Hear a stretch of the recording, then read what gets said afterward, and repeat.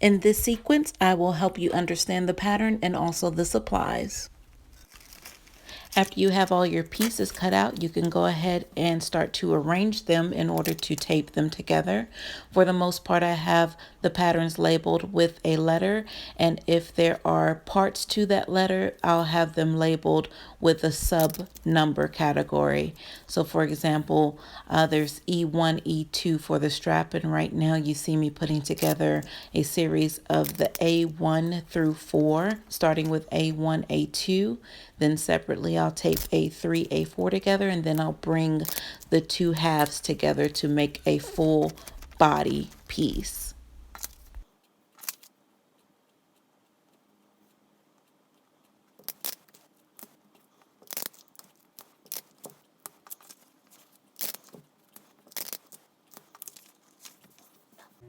So now that we have our pattern pieces assembled, starting with A through 4, pay careful attention to the markings, what are called notches.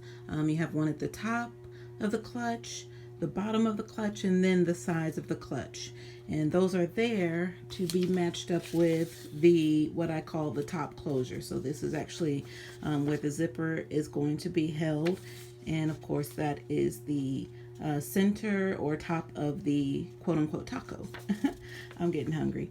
So the notches that are going to correspond with the body are also at the top, the bottom, and then the side. So you can use your favorite marking tool, or you can cut small slits where those notches are to act as reminders for placement of those two pieces matching up perfectly together. And that is pretty much it as far as the pieces are concerned. The center detail, there's also center notches there to indicate the placement to be able to center it nicely on the actual body of the bag. So all right, let's go to work. So with the zipper opening, if you prefer a finished clean opening around the frame of the zipper, then I suggest that you find the center of the opening, which this opening measures looks like 5/8 of an inch. So what you'll do is find that center. So it's going to be a little bit more than three. Well, actually, it's a little less than 3/8.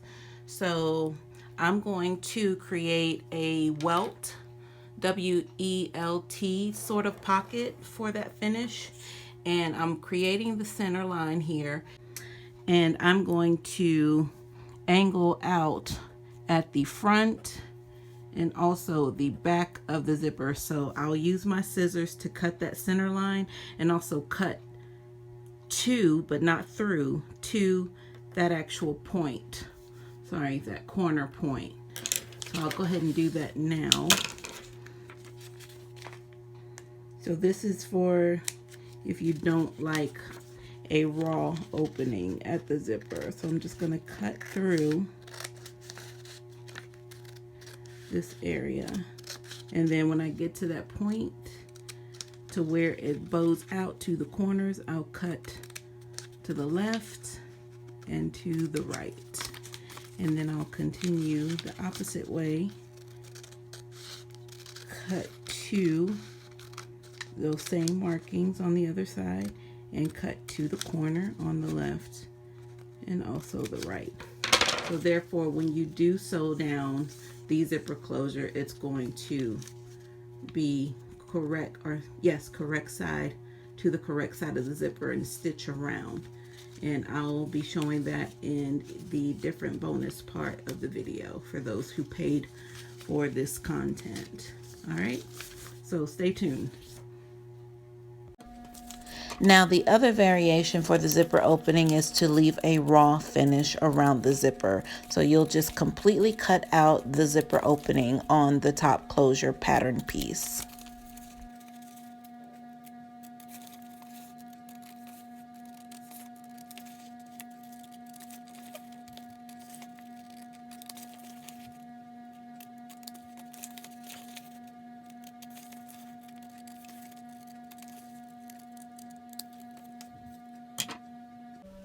The only optional supply is this tassel topper, and then you'll also need your swivel lock to hold the wristlet to the clutch, and then your D-ring. So you may be fortunate enough to already have a zipper that matches the exact length of the opening, which is 10 inches.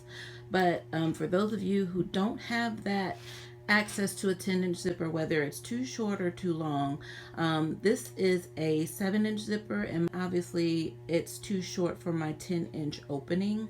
So what you would do is basically take your zipper that you have, whether it be 6 inches, which I don't recommend because the opening would be too short of a span to fit certain items into it, but let's say it is 7 inches.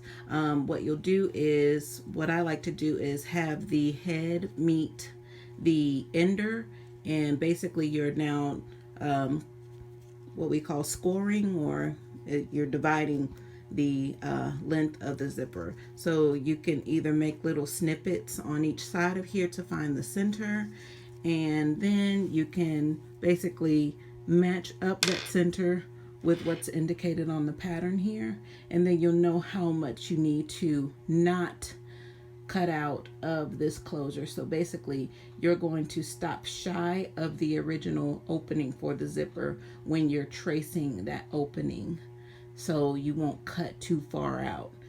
So in this instance, we're going to be, let's see, what is that? That is about 1 inch shy on each side, of course, because we did center it. So like I said, when you do trace out, you'll want to indicate that you need to stop 1 inch shy of that opening.